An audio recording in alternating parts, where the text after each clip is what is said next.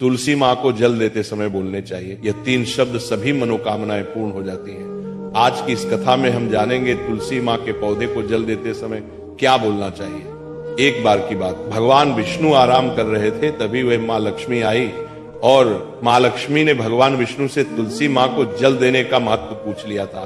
तब भगवान विष्णु ने उन्हें उसका महत्व सुना दिया था। आगे देवी माँ लक्ष्मी कहती हैं, हे स्वामी, आपने मुझे तुलसी माँ को जल देने का महत्व तो बता दिया है, किंतु अब मेरे मन में यह जानने की जिज्ञासा हो रही है कि तुलसी माँ को जल कैसे देना चाहिए। तुलसी माँ को जल देने की सर्वोत्तम विधि कौन सी है तथा तुलसी माँ को जल देने का मंत्र कौन सा है? कृपया आप मुझे इन सभी प्रश्नों का उत्तर दें। तब भगवान विष्णु देवी माँ लक्ष्मी से कहते हैं, हे देवी, जिस प्रकार से मैंने तुम्हें तुलसी माँ का महत्व सुनाया है, उसी प्रकार से तुलसी माँ को जल देते समय बोले जाने वाले मंत्र का भी बड़ा महत्व है। यह मंत्र केवल 3 शब्दों का है, किंतु इसका प्रभाव बहुत कल्याणकारी है। जो भी इंसान प्रतिदिन तुलसी माँ को जल देते समय अपने मुख से केवल ये 3 शब्द बोल देता है, तो साक्षात माँ लक्ष्मी उसके घर में प्रवेश करती है, उसकी दरिद्रता समाप्त हो जाती है, उसे धन धान्य की प्राप्ति होती है। वह मंत्र बताने से पहले मैं आपको तुलसी माँ के इस मंत्र का महत्व सुनाता हूँ। इस महत्व को सुन लेने मात्र से ही इंसान के समस्त पाप नष्ट हो जाते हैं। उसे 1000 वर्षों तक तुलसी माँ को जल देने का पुण्य प्राप्त हो जाता है। इसीलिए देवी लक्ष्मी, आप इस कथा को ध्यान से पूरा जरूर सुने।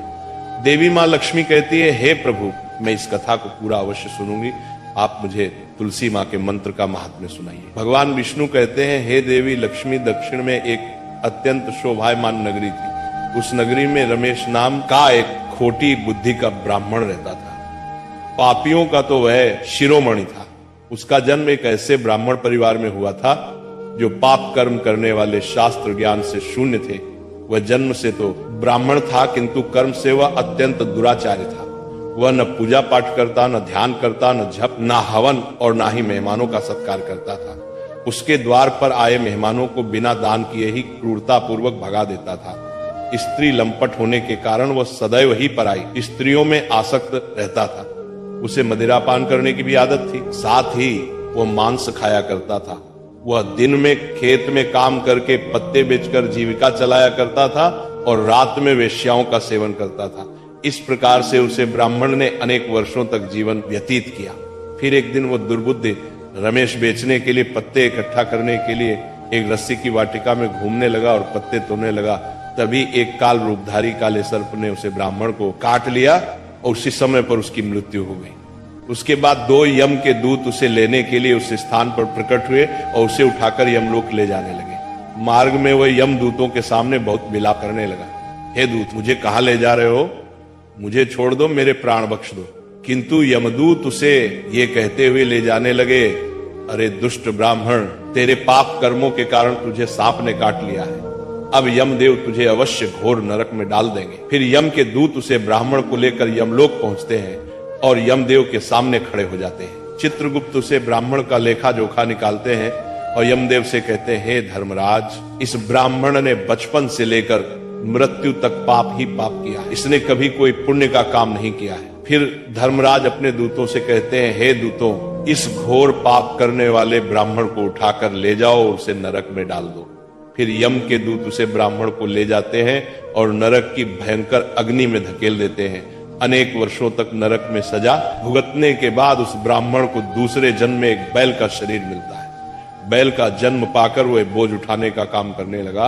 उसका मालिक उससे दिन रात काम करवाने लगा। फिर जब उस बैल की शक्ति कम हुई तो उसके मालिक ने उसे एक लंगड़े आदमी को बेच दिया। उस लंगड़े आदमी ने उस बैल को खुद का बोझ उठाने के लिए उपयोग किया। वो उसकी पीठ पर बैठकर घुमा करता था। इस प्रकार से उस बैल ने 8 वर्ष तक उस लंगड़े आदमी का बोझ उठाया। फिर एक दिन वह लंगड़ा आदमी उस बैल की पीठ पर बैठकर किसी ऊंचे पर्वत पर जाने लगता है। उस पर्वत पर बहुत देर तक चढ़ने के कारण वो बैल बहुत थक गया, उसकी शक्ति क्षीण हो गई और कुछ समय बाद वह बैल बहुत जोर से मूर्छित होकर जमीन पर गिर पड़ा और अंतिम सांसें लेने लगा। तभी वहां पर खड़े लोगों को उस बैल पर बड़ी दया आ गई और वे उसके मुख बात कर देखे मूर्छित होकर पानी डालने लगे। फिर उन लोगों में एक पुण्य आत्मा व्यक्ति था। उसने उस बैल का कल्याण करने के लिए अपना पुण्य उस बैल को दे दिया। उसे देखकर अन्य लोगों ने भी अपना अपना पुण्य याद करके कुछ पुण्य उस बैल को दे दिया ताकि उसे मुक्ति मिल सके। उसी भीड़ में एक वेश्या भी खड़ी हुई थी, सभी लोग अपना पुण्य उस बैल को दे रहे थे। यह देखकर उस वेश्या ने भी अपना पुण्य उस बैल को दे दिया। कुछ देर बाद उसे बैल की मृत्यु हो जाती है।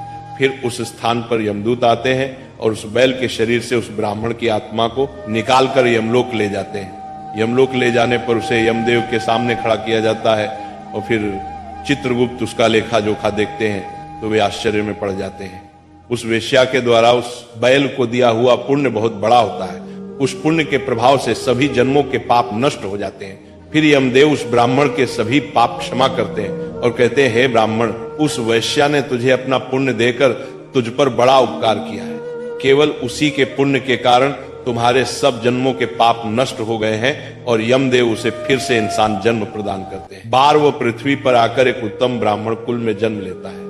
उस महापुण्य के प्रभाव से उसे इस नए जन्म में अपने पूर्व जन्म की बातें याद आने लगती हैं। जब वो ब्राह्मण बड़ा हो जाता है तो उसे याद आता है कि पिछले जन्म में जब वो बैल था तब एक वेश्या ने उसे उसका पुण्य दे दिया था।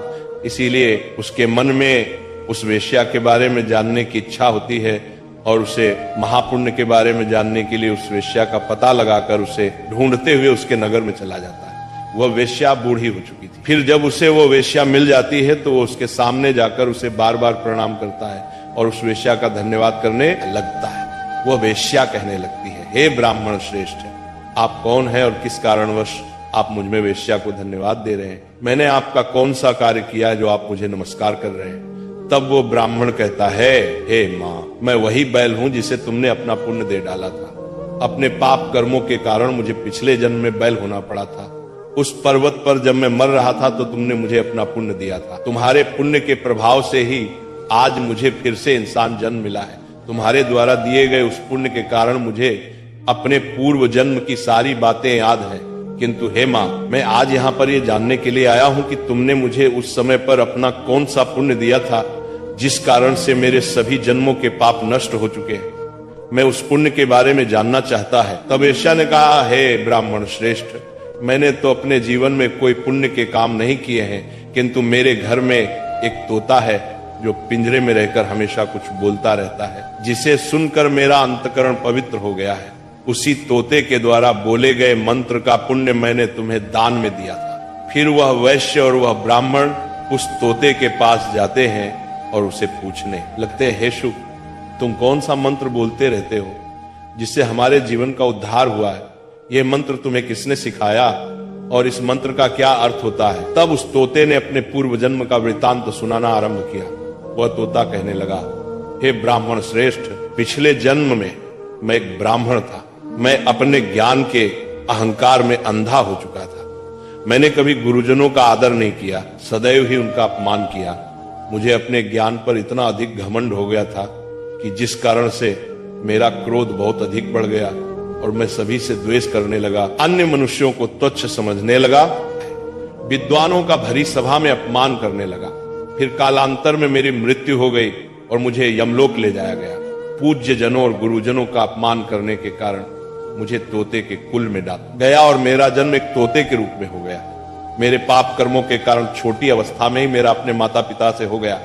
फिर मैं पेड़ की डाल पर बैठकर रो रहा था तो उसी स्थान से कुछ मुनि जा रहे थे। उन्होंने मेरी दयनीय पुकार सुनी और मुझे लेकर अपने आश्रम में चले गए। वहां उस आश्रम पर उन्होंने मुझे एक सुंदर पिंजरे में रखा और मेरा अच्छी तरह से ख्याल रखा। वे मुझे प्रतिदिन भोजन दिया करते थे और पढ़ते थे।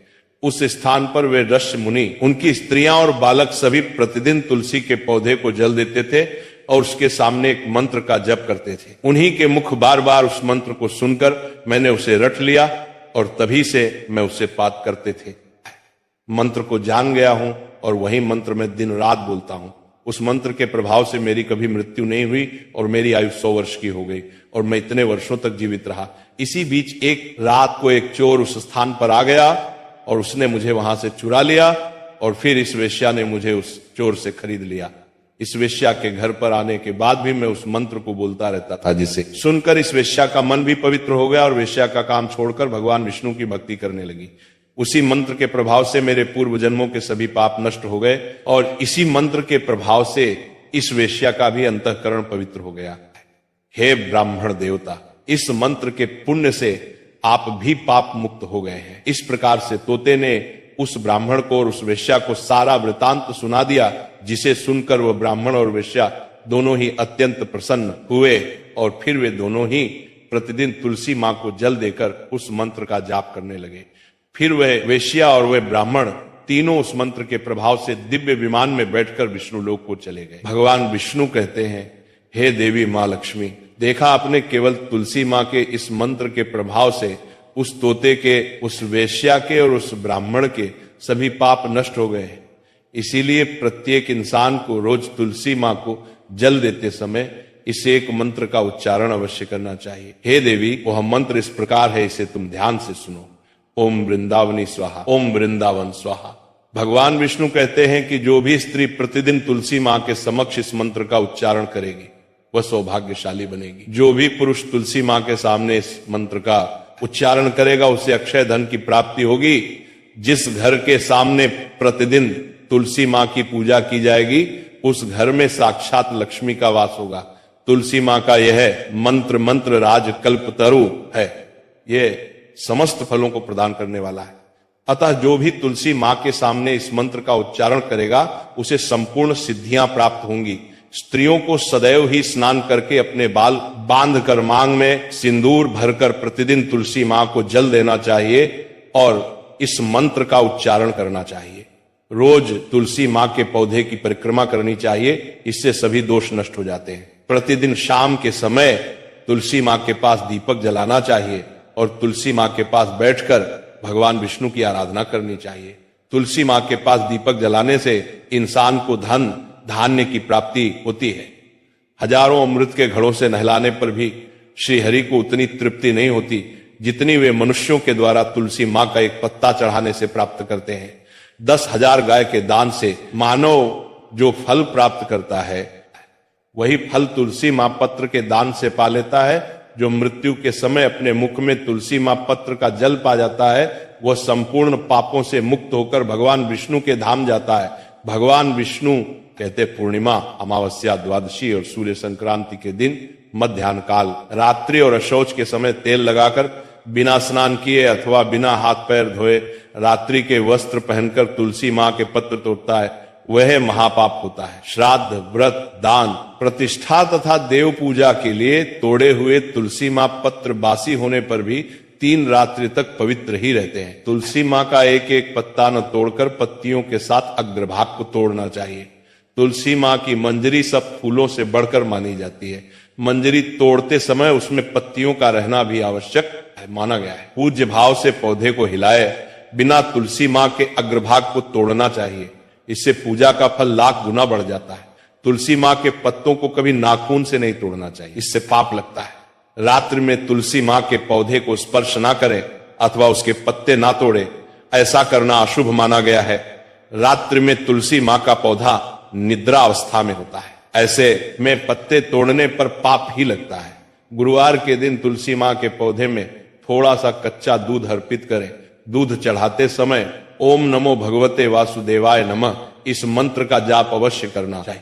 तुलसी मां के पौधे के पास शालिग्राम रखें और उस पर तिल चढ़ाएं।